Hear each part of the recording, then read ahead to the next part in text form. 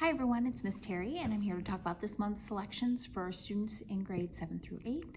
We're going to talk about some fiction, then I have some graphic novels, and then we'll do some nonfiction. So this first one is called I Hope You're Listening, and this is a story about a girl named Delia, and when she was younger, her best friend Sybil ended up going into the woods on one of her friend Sybil's many adventures, and unfortunately Delia is the only one who ended up coming out. And now she's kind of still struggling with the idea that her best friend has disappeared. Nobody really knows what's happened to her, and so now she's started a podcast called Radio Silence, in which she and her followers helped try to solve missing person cases, and the only one that she really can't seem to bring herself to try to solve is the case of her missing best friend Sybil, until another girl in their town ends up going missing, and now she's decided that she's going to have to kind of confront her past to try to remember what happened on the night her friend disappeared and to see if she can solve that long lost mystery. This is a little bit on the creepy side. This one's called I Hope You're Listening. This next one is called The Good War, and this is about a school that really likes to play a video game called The Good War, which is a World War II historical video game, where one team is the Axis and one team is the Allies, and they battle it out, kind of recreating World War II. Well, a new teacher at school has started an esports club, and they've decided to play the Good War, and unfortunately some of the students who have ended up on the Axis side, which is Germany's side, are starting to kind of take on some of the traits and some of the hatred, some of the symbols of that time, and thinking that they're really cool and that they're gonna pretend to be part of the Axis even when they're not playing the video game. And it's very clear that they don't truly understand what those symbols represent, but it causes quite a confrontation among the students at the school. So that is called The Good War by Todd Strasser. This next one is called Yesterday is History, and this is about a boy named Andre who is very, very lucky to be alive. He's just received a liver transplant, and he ends up passing out one day soon after and waking up in 1969 Boston in the house he currently lives in, but all the way back in 1969. And when he comes back to it, he discovers that he has received a liver from somebody named Dave, and his family kind of shows up on his doorstep to tell him, well, in addition to this liver, it's apparent you've inherited the ability to travel back in time. And so the family's younger son, Blake, is been charged with teaching Andre what that really means to jump back and forth in time. And at the same time, Andre is trying to figure out who is he now that he has a second chance at life, and he's trying to figure out what he's going to do with this time traveling. So that's called Yesterday is History.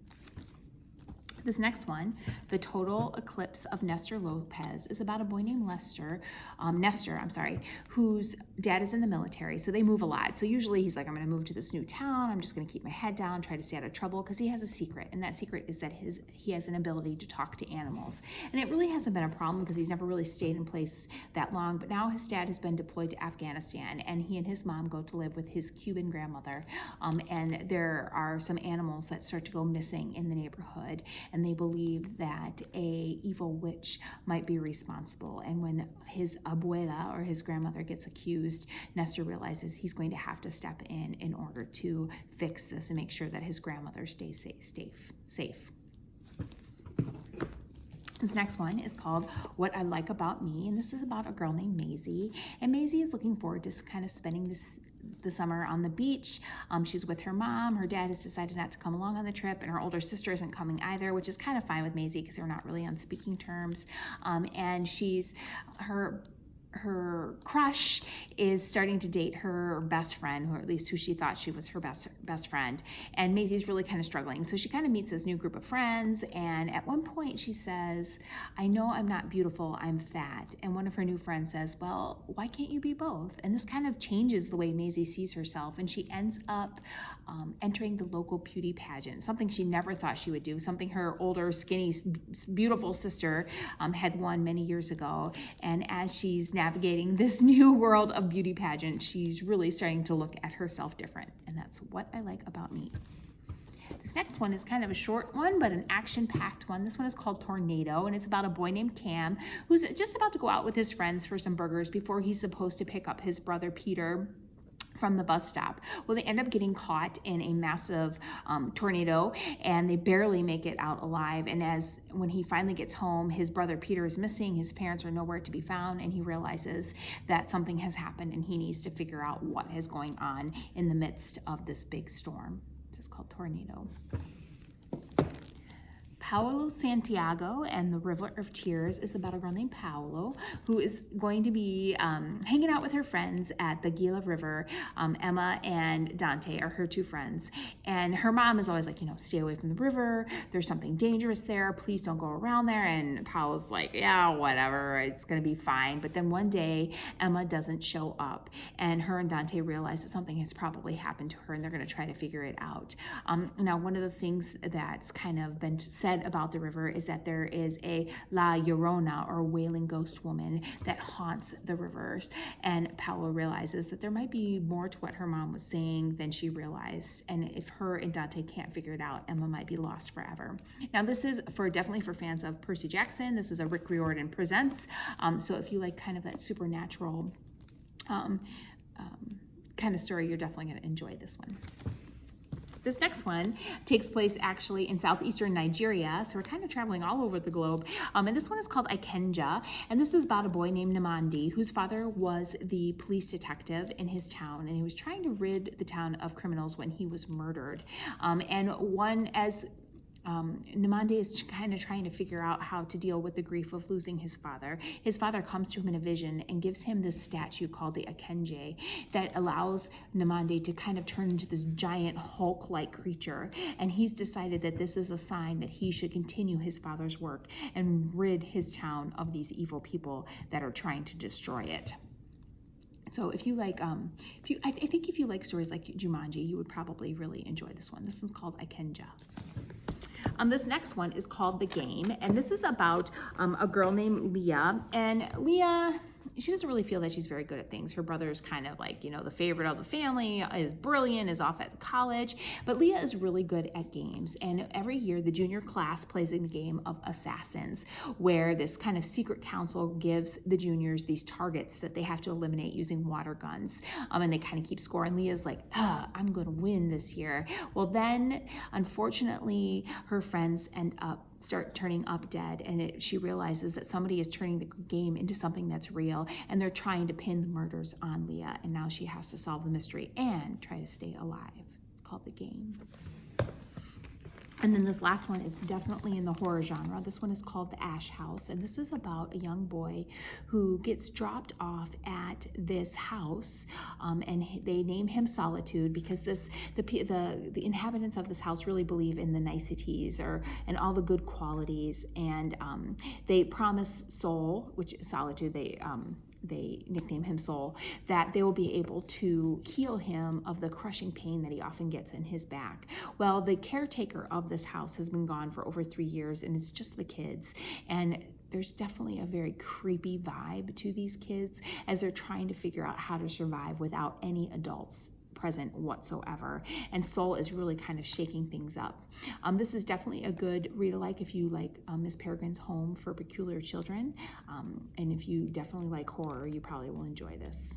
It's called The Ash House. All right, let's look at some graphic novels. This first one is called Disney Brothers, and this is actually a graphic novel biography of Roy and Walt Disney. And I have to be honest, I don't even think I realized that Walt Disney had a brother named Roy, but Walt wasn't doing so great. He had 2 bankruptcies under his belt. His businesses were not doing well. He turns to his older brother Roy, who kind of was a better manager, and he helped Walt build his business, even though Walt wasn't super thankful, and kind of started to edge his brother Roy out. And this talks about the relationship between the 2 brothers and how Walt ended up really creating one of the biggest, what can you say about Disney? It's huge, and this is the story of its creation.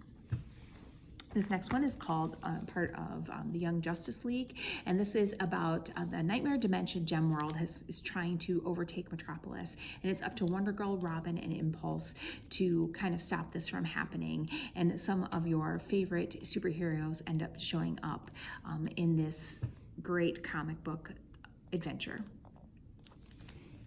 I have two new mangas. This one is called I've Been Killing Slimes for 300 Years and Maxed Out My Level. And this is a story of reincarnation.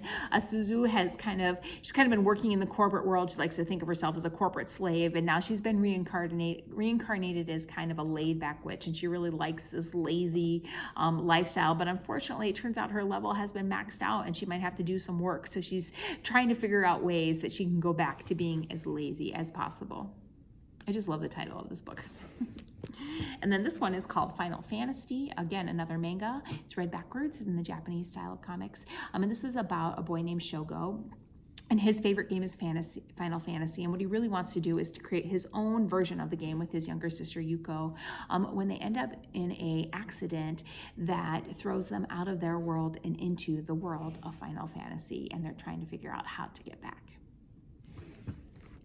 Topside is a story of a girl named Jo, and she's kind of this maintenance technician, and she ends up causing an error that destabilizes her planet's core, and now she's got to fix it because the people who are in charge of the core are very angry with her and are trying to track her down and kind of really destroy her. So she decides that she's going to have to do something very dangerous, and that's to go topside in a world that's kind of gone crazy. And now it's an action-packed adventure as she's above ground trying to figure out a way to solve the problem of her planet's core so that the whole planet doesn't get destroyed.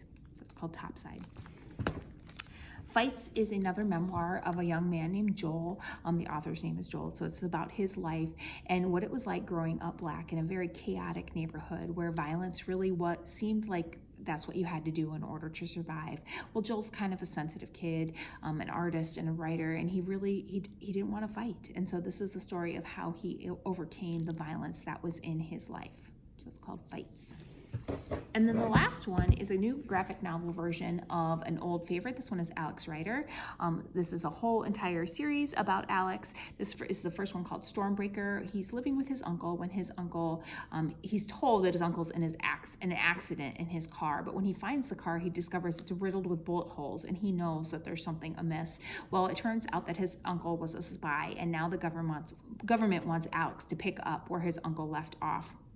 And so they're giving him the technology, but he's going to have to find the bravery inside in order to solve the mystery of what happened to his uncle before every child in England is murdered in cold blood.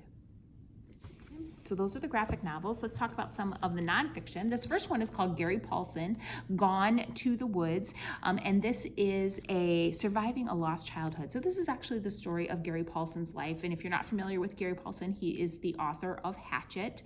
And he actually started out in Chicago in a very neglectful home. And he ends up, at the age of 5, going to a homestead that allows him to really start to get in touch with his we'll call it the wild side, as he gets to go out into nature. And then he ends up leaving that at a very young age to join the military, and that's where he truly discovered that he had a gift for storytelling. So this is a story of his life and how he became the author that he is today. Living the Confidence Code is a book about what it means to be confident, especially for women and for girls. So this is a book about how to be your best self and how to find the confidence you need to be that person. So it has 30 different stories of girls from all over the world. It talks about the things that they have gone through and the way that they have found their courage and their confidence to be who they are meant to be. This next one is actually a graphic novel as well. It's a graphic novel nonfiction, kind of like the Disney Brothers that I talked about already. This one is a part of the History Comics. This one is all about the Wild Mustang and how the Mustang became kind of this iconic American ideal. It talks about where the Mustangs came from and why Americans felt the need to tame them and make them their own. So this is called the Wild Mustang, and it's the history of them.